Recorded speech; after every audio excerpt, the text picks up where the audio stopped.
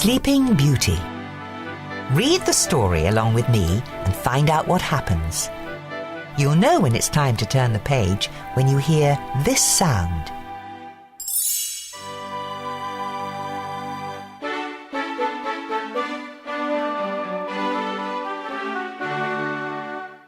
Long ago, there lived a good king named Stefan. For many years, King Stefan and his queen wished and wished for a child. At last, their wish came true. The king and queen named their daughter Aurora. A great feast was planned to celebrate the birth of the new princess. Everyone in the kingdom came to the feast. King Hubert arrived with his son, Prince Philip. The two kings decided that one day Philip and Aurora would marry. That way our kingdoms will always be united, King Hubert told his son. 3 good fairies came to the feast. Each had a special gift for the princess. Flora waved her wand. I give you the gift of beauty. My gift shall be the gift of song, said Fauna. And my gift, began Merryweather. Suddenly, a blast of wind blew open the castle doors. A bright flame filled the room. Then the wicked fairy, Maleficent, appeared from the flame. You did not invite me to the feast, King Stefan, but I too have a gift for the princess. Maleficent pointed at the cradle.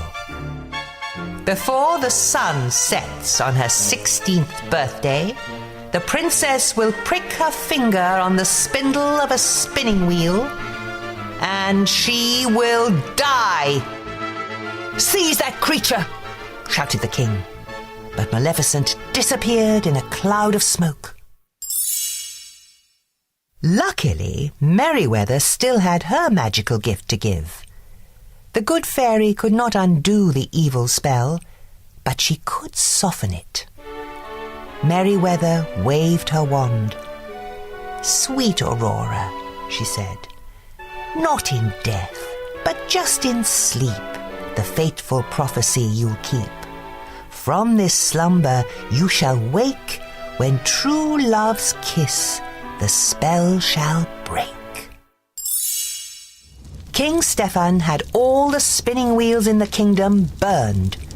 If there are no spinning wheels, he told the queen, our daughter will be safe from harm.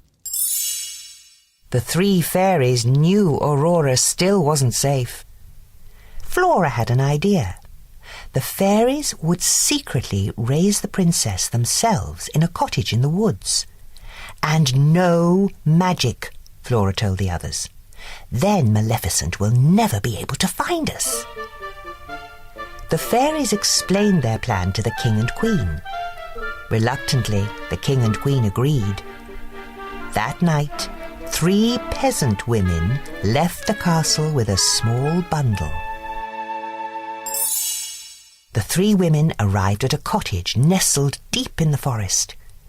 We must never call her Princess Aurora, Flora told the others. Her new name is Briar Rose. 16 happy years passed. Briar Rose grew into a lovely young woman. She did not know she was a princess, and she had never heard of the evil fairy. But Maleficent had not forgotten the princess. For years her soldiers had searched the kingdom. At last, they gave up. We checked every cradle, they told Maleficent. Fools, she shouted. You've been looking for a baby all these years. Maleficent turned to her pet raven. You are my last hope. Search for a maid of 16 with hair of gold. Go and do not fail me. The raven flew off into the night. The next day was Briar Rose's 16th birthday. The fairies wanted to surprise her with a party, so they sent her out of the cottage. We need berries, Fauna said. Lots of berries, added Flora. Don't hurry back, called Merryweather. The fairies set to work. Flora made a dress, Fauna baked a cake. This dress looks awful, declared Merryweather. The fairies needed a little magic.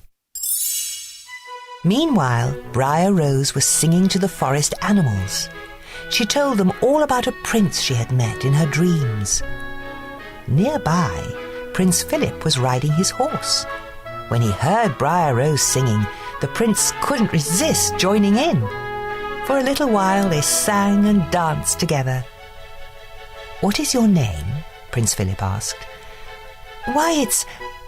Just then, Briar Rose remembered that she was not allowed to talk to strangers. I have to go, she said quickly. When will I see you again? Asked the prince. He'd already fallen in love with Briar Rose. Tonight. I live in the cottage in the glen, she called as she hurried away.